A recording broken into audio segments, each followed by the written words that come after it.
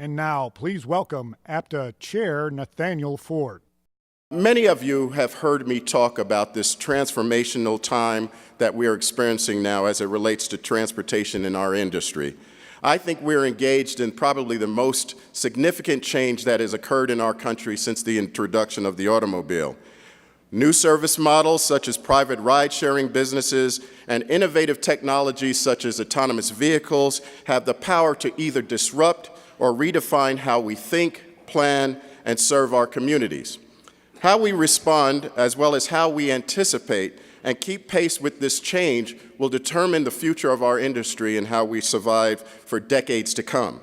So this is what led me to, as your chair back in October, to establish 5 priorities. Priority number 1, strengthen our leadership and our advocacy.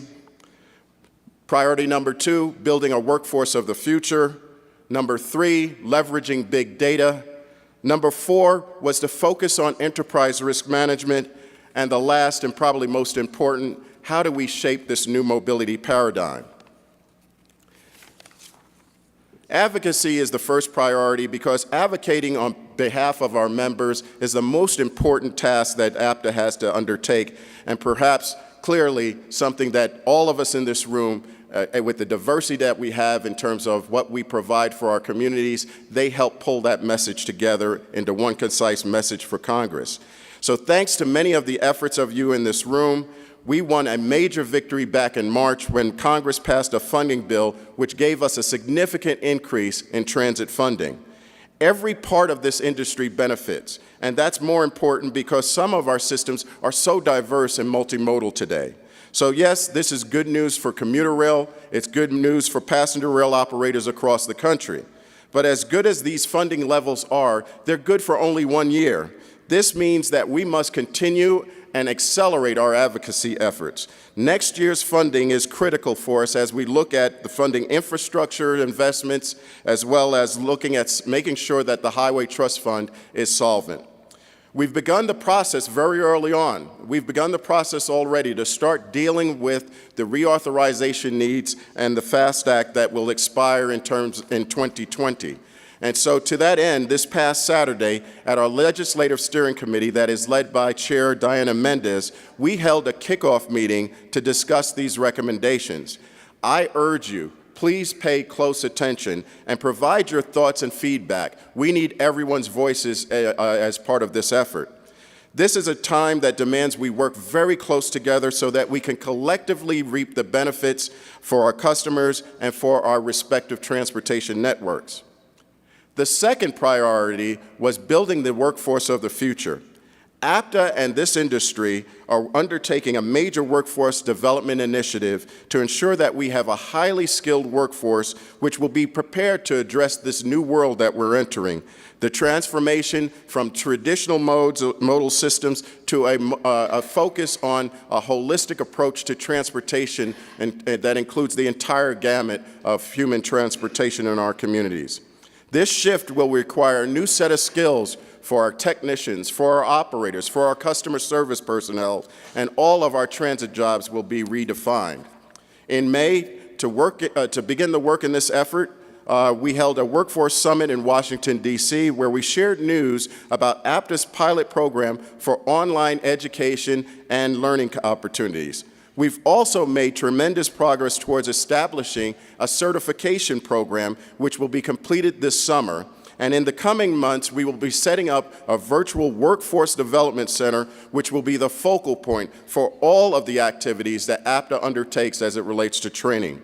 These are just a few examples of the many ways APTA is defining competencies and helping our workers acquire the skills that they will need in the future to succeed. The third priority is focusing on how do we leverage big data. Here the challenge is how do we collect, assess, and use the most valuable data that we receive to make smart decisions about our operations, and more importantly, or just as importantly, how do we use that data to tell our story in terms of the outcomes that public transportation has in our communities. To start, we've redesigned the APTA Annual Fact Book to help our readers visualize data and trends. This wealth of valuable information is all in one report, and it's graphically formulated so you can quickly look and look at the trends and the outcomes that our industry has in terms of our operations. We also updated APTA's industry footprint to better illustrate the important impact that we have on our communities across the country. And so whether you have a public transportation system in your backyard, the impact that we have across the country in terms of creating jobs in communities that may not be aware of their support of some of our larger public transportation communities. So the idea is that transit creates jobs across the nation and not just in transit supportive environments. There's a lot more work that is underway. We're learning more about how data is collected and how it's used in our industry currently, and we're identifying ways to improve our analysis and our practices. We're also studying ways for how public transportation authorities could safely monetize this data. There is an opportunity for additional revenue stream for our transit agencies. And we are launching a voluntary benchmarking initiative so transit agencies can compare themselves to their peers and look at ways to use best practices to improve their performance. The fourth priority is related to enterprise risk management. This is an initiative that can help us anticipate threats to our organization sooner and with greater certainty. Here's what we have accomplished so far. This past Saturday, APTA held a day-long event with the Association of American Railroads and the Transportation Research Board to look at modern approaches as it relates to developing safety and safety-related cultures. On the Friday and Saturday before this rail conference, we organized a security and emergency management roundtable with TSA to help to create a forum for police chiefs to discuss today's most critical issues, including anti-terrorist practices. We've expanded our industry profile, so that will help form the basis for better results as it relates to our insurance underwriting when evaluating risks. And APTA and TSA will host a new cybersecurity workshop at the APTA offices on July 13th. I hope you could be there. My fifth and final priority is shaping the new mobility paradigm. We all know that emerging technologies, evolving customer preferences, and new service providers are changing our landscape and changing the transportation world. For public transportation to be the backbone of a multimodal lifestyle, we need a shared, holistic view of mobility across all modes. And to that end, on July 11th and 12th, in Washington, D.C., we will be holding our first summit on the subject titled, The Future of Mobility, From Transit Authority to Mobility Integrator. This event, to be held in Washington, D.C., will bring thought leaders together, and many of the best minds across the world will be in D.C. for an open exchange of ideas, and more importantly, to develop action plans that we will be implementing to move our association and this industry forward. This event has garnered so much attention and enthusiasm, we have had to relocate the actual event from the APTA offices to a nearby hotel because of the amount of enthusiasm and attendance that we expect for this event. I'm very excited about this event because I truly believe it will be a historic meeting in terms of public transportation, our association, as well as our industry, and I hope that all of you can be there. In addition, APTA has assembled cutting-edge content for a new webpage that will be APTA's Mobility Innovation Hub. This hub will provide you with the resources you'll need to navigate this transformation, from being operators of transit vehicles to managers of mobility services. One of the most valuable benefits of this priority is our ability to share examples of this new mobility paradigm. Across the country, from East Coast to West Coast, innovative projects are underway related to autonomous shuttles, reimagining bus services, FTA-funded mobility pilots, and microtransit. In fact, later today, I'm actually going to be heading to the European Mobility Summit that is being sponsored by a lot of our French partners, where I'll be representing APTA and making a presentation on what we're doing here in the United States related to innovation and this new mobility paradigm. But I also get an opportunity to look at firsthand what are some of the practices and innovations that are being made in European cities. We're integrated and shared mobility is becoming commonplace. At my own property in Jacksonville, we're experimenting with numerous different delivery methods as it relates to taxis and shuttles and sponsorships to make sure our system is more efficient and it really addresses the needs of our customers in our community. We've partnered with on-demand services, and last year, I think many of you have heard about the autonomous vehicle program that we have called the U2C, where we're taking an outdated monorail skyway system and converting it to an autonomous vehicle system that will allow us to rapidly expand a system that has been beyond its useful life and needs rehabilitation, but using old infrastructure, marrying it with new technology and giving us a better service for our community.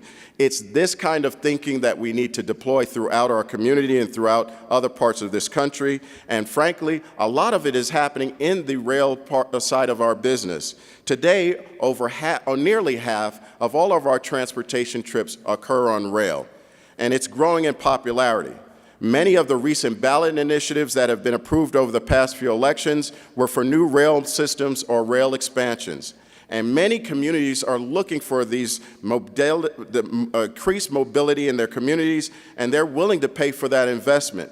Why? Because they clearly see that rail investment is a catalyst for economic development. Rail is strengthening and other modes of our infrastructure, and it's actually helping us foster networks of other services that our customers will need.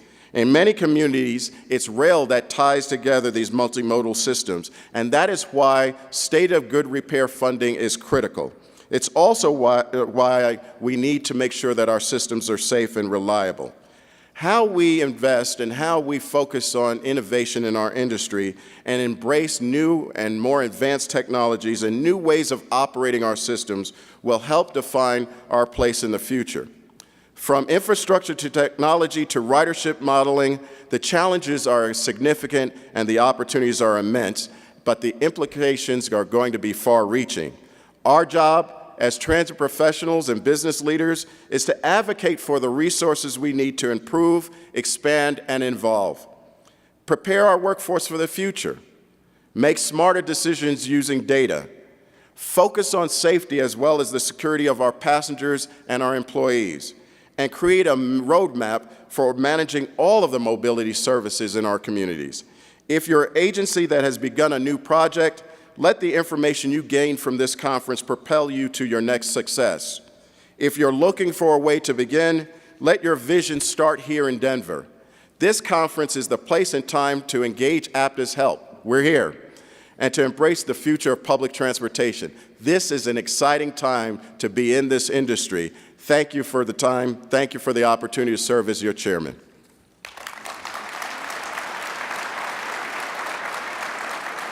Thank you. So in talking about my 5 priorities, I mentioned the first priority was leadership and advocacy. That was the first priority. I think we accomplished that. I think our leadership is strong because we have in our leader, our president, Paul Skoutelas, an effective advocate at the helm of this organization at the right time. So please welcome our association's president and CEO, Paul Skoutelas. Paul. Thank you, Nat. Thanks, man. Good job. You'll be off and running here soon, Yes, buddy. Okay. Good morning. Boy, I love this. Standing room only? There aren't seats out there for you guys? Come on. We got plenty of seats here. Come to the front row. Hey, let me take this moment just to acknowledge Nat Ford. I've had the privilege, obviously, since joining as your president in January to work alongside with Nat. There's not much that we don't do together. And let me tell you, I think we have been blessed as an industry to have Nat Ford really give us a jolt in terms of understanding what's ahead of us and not only showing the way, but leading the way by the things he's doing in Jacksonville. So, Nat, congratulations and thank you for what you're doing.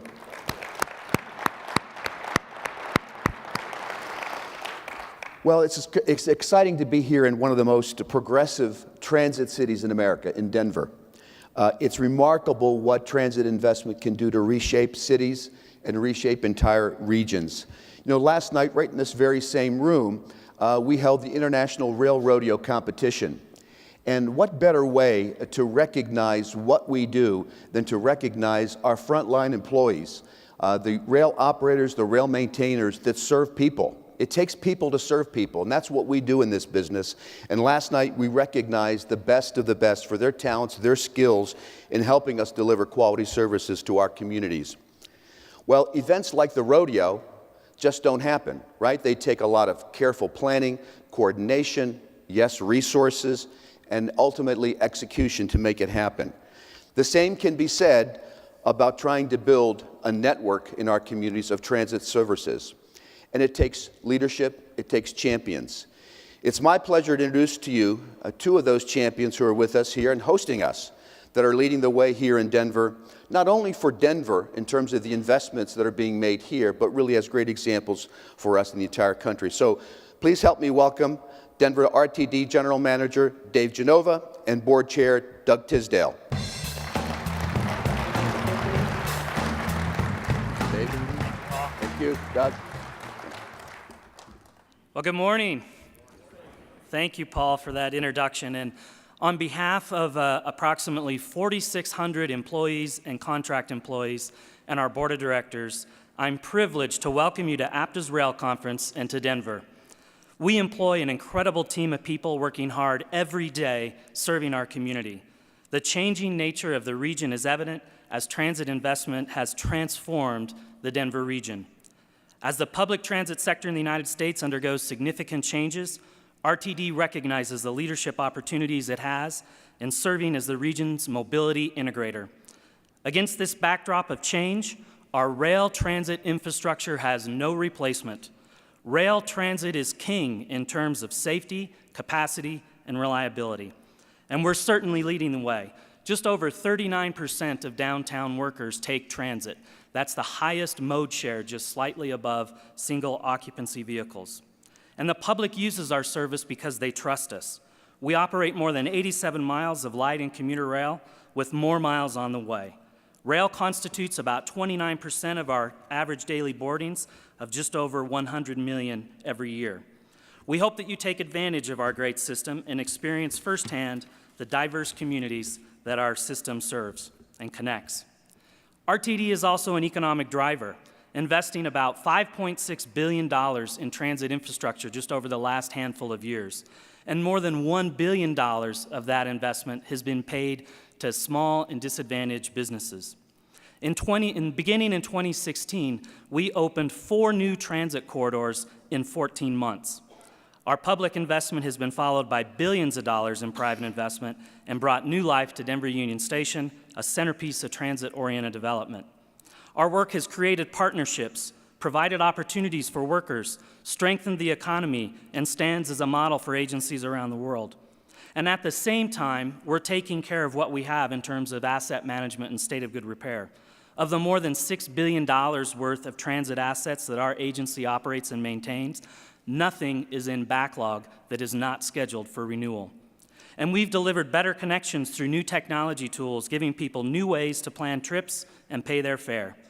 And as public transit in this country continues to evolve, we are all working to meet the challenges and opportunities. I call these opportunities the transportation transformation, and our vision here is to lead the way to what is next.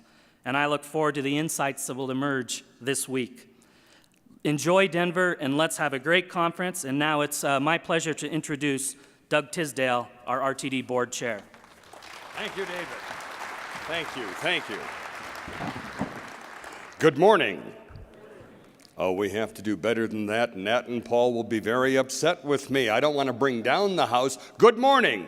Good morning. That's much better, thank you. It is my privilege to serve as the chairman of the board of the Regional Transportation District. And on behalf of our board, it's an honor to welcome you to Denver for the APTA International Rail Conference. And I'd like to acknowledge my fellow board members that are here, if there are any, and I can't see through the lights. Please stand and be recognized. And we thank you for your service. Give it up. Give it up. These are good people. Ladies and gentlemen, please note that these are all elected officials. The RTD is one of only 3 transit boards in the country where we have directly elected directors. As elected officials, we are accustomed to complete strangers walking up to us, either complaining or asking for a favor. Please feel free to do either with any of us during your stay here in Denver. I'll be happy to give you their personal cell phone numbers. And then I would ask all of the RTD employees and volunteers who are with us here, please stand up and be acknowledged. Give it up for these fine people. There you are. There they are. These people are also here to help you. They will answer your questions, and if you have a complaint, they will direct you to the nearest elected board member. So we're delighted that you're here for a series of thought-provoking discussions about the future of rail transit and your role in it as industry leaders. RTD is a model for forward-thinking investments, public-private collaboration, and innovation that drives economic growth. You want to see that up close and personal? Just take a look down at Union Station and see what we have done there. The Denver metro region is the perfect backdrop for some of the discussions that you'll have about infrastructure investment, public engagement, and mobility planning. RTD works to meet the needs of roughly 3 million people in a quickly growing metropolitan area that is spread out over 2,400 square miles, delivering safe, clean, reliable, convenient, accessible, and cost-effective service in one of the largest service areas in the country. I encourage you all to use our buses, trains, and transit hubs as an extension of the conference rooms that you'll meet in over the next several days. Look for the real-life examples of the concepts that you'll hear about, and take the time to communicate, collaborate, cooperate, and learn from each other while you're here. Ladies and gentlemen, it's a pleasure to welcome you to Colorado. Enjoy your visit and everything that this conference has in store for you. Dave, thank you. Doug, thank you. Magnificent, thank you. All right, you can see that energy from Doug and from Dave about transit and what it means to this community. So, gentlemen, thank you. We're really, really proud of the work that you're doing here, and you're leading the way in so many respects. Thanks again for sharing it with us. Well, it takes an awful lot to build out an impressive system like this that they're doing here in Denver. It certainly takes the leadership of the RTD. But as we know in our business, we can't do it alone. We've got to have community partners that can help us in this endeavor. And here in Denver, they have such a partner. And I'm very pleased at this moment to introduce to you J.J. Ament, who is the CEO of Metro Denver Economic Development Corporation. I had the benefit a few months ago to be with him right here in Denver at another session, and he was quite impressive in terms of his perspective. So let's give APTA an APTA welcome to J.J. Ament. Thank you. Well, good morning. I'm happy to be here as well to add my welcome on behalf of the Metro Denver Economic Development Corporation. As CEO of that group, my job is job recruitment, job retention, and capital investment in the 9 county regions that you find yourselves that we call Metro Denver. And every single company that we work with when we're recruiting them or retaining them in this community asks about transit, rail, and mobility, whether it's the size of an Amazon HQ2 down to the 20-person technology company. What you do in your communities is critically important for economic development. Mobility matters, and we work constantly with our partners to figure out first mile, last mile, technology, innovation. How do we do transit-oriented development in a way that is economically sufficient for the project, but also inclusive and integrated into our community plans? We have to do this together, both as public sector, private sectors, nonprofit sectors, from the very beginning of our community planning. We've seen tremendous growth in the Denver metro region, in part because we've made some critical infrastructure investments, and we're proud of the work of Dave Genova and RTD, both in their delivery of traditional transit, but also in their willingness to innovate, both in terms of product and technology, but also in delivery methods as well. So those investments sometimes happen even before demand, sometimes during demand, but we have to make those investments as a community together. We have a Fortune 500 headquarters company in downtown Denver where 81% of the workers arrive to work using something other than a car.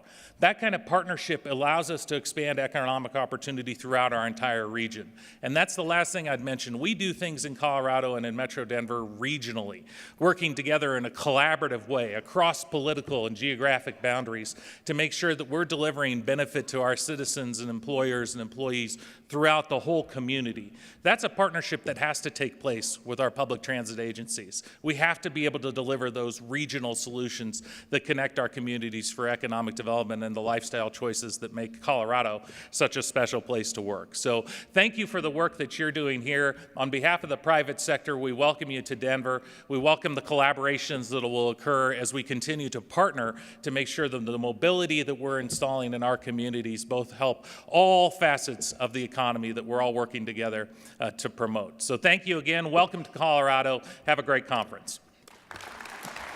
Excellent. Thank you, JJ.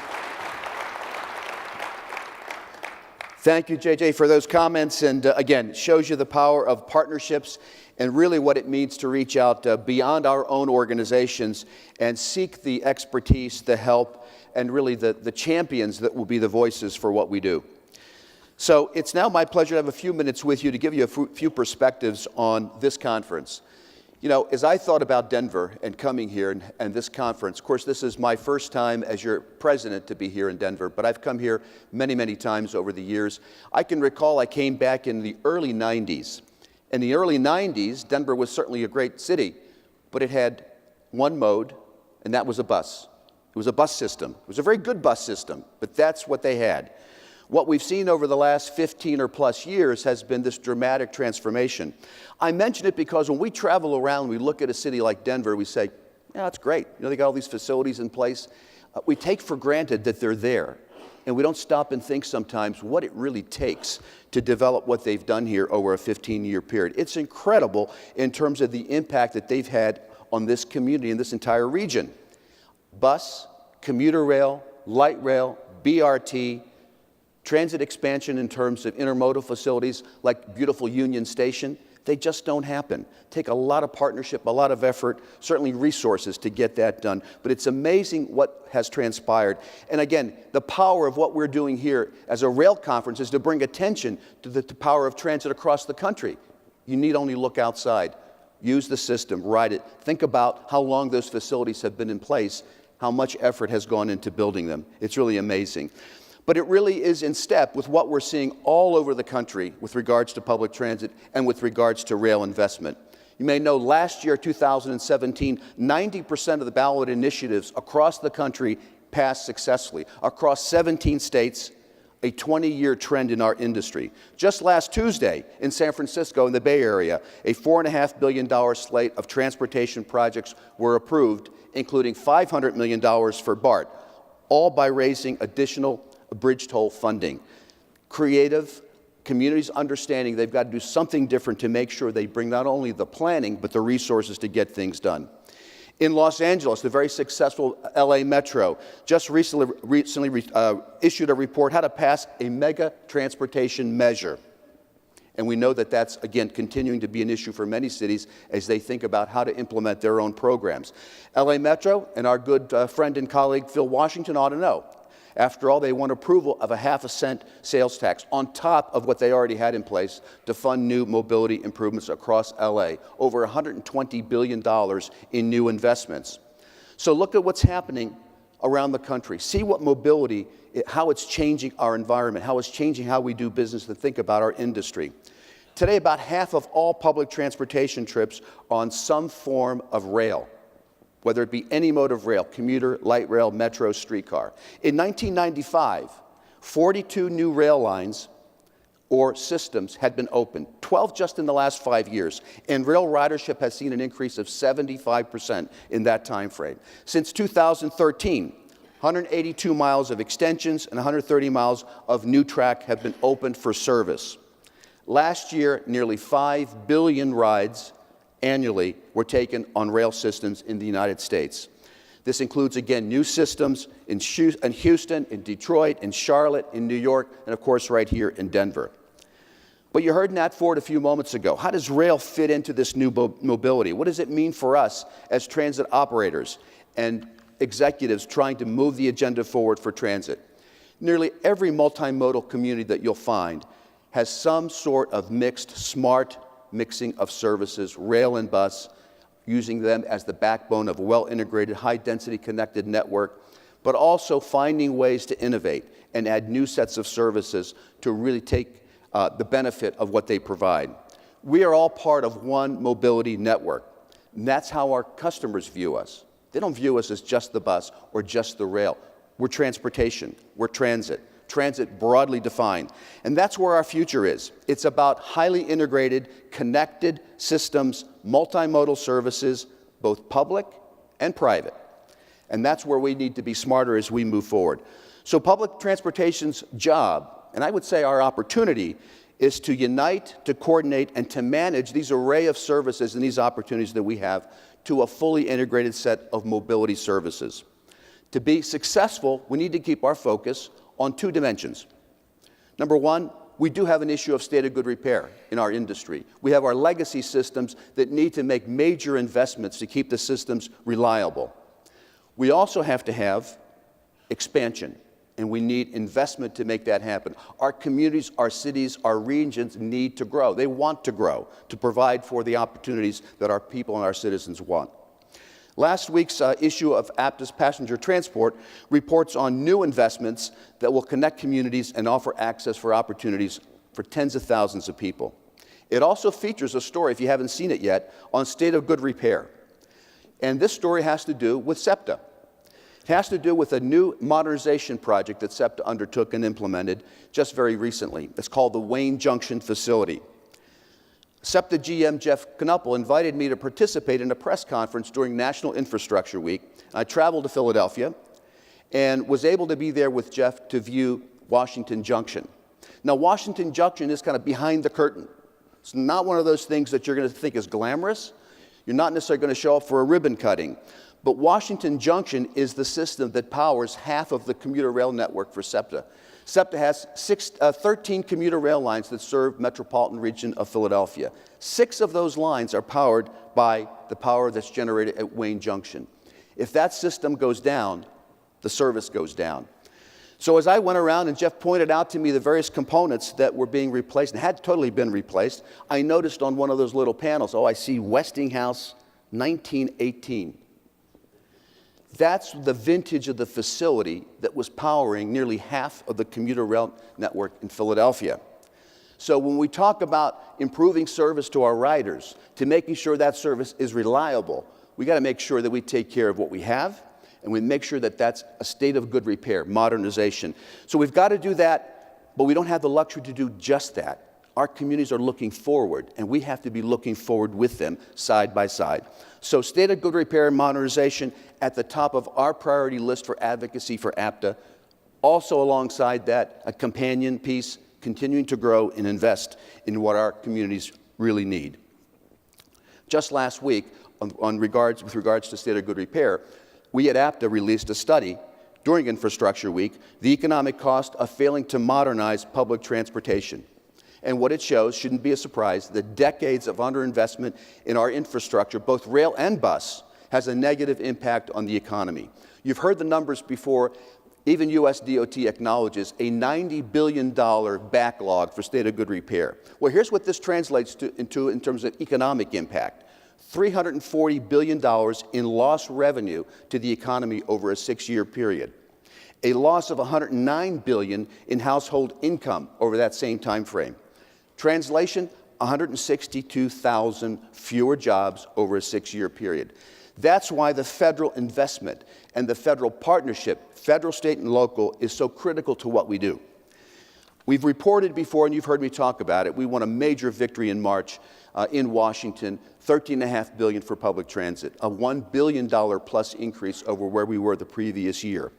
We feel good about that, but we can't rest and think that the day is done. As Nat indicated a moment ago, that's 1 year. So we're already fighting for fiscal year 19 appropriations at the federal level, and we believe we've got a great shot at keeping it about at that level, maybe even tweaking it a little higher. That's our objective.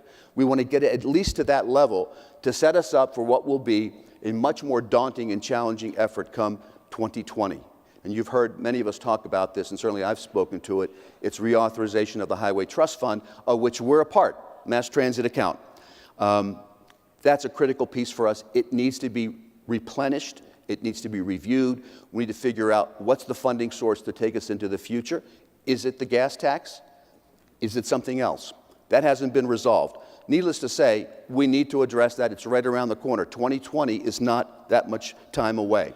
And here's where all of you come in. We have a very talented, diverse membership of our industry in APTA. It is public members, it is business members. Each has a voice, and each has a different perspective in terms of what they bring. We need all those voices in Washington with your representatives, your congressional people, to make sure they understand what the needs are. That's what we're doing at APTA. We are on the Hill.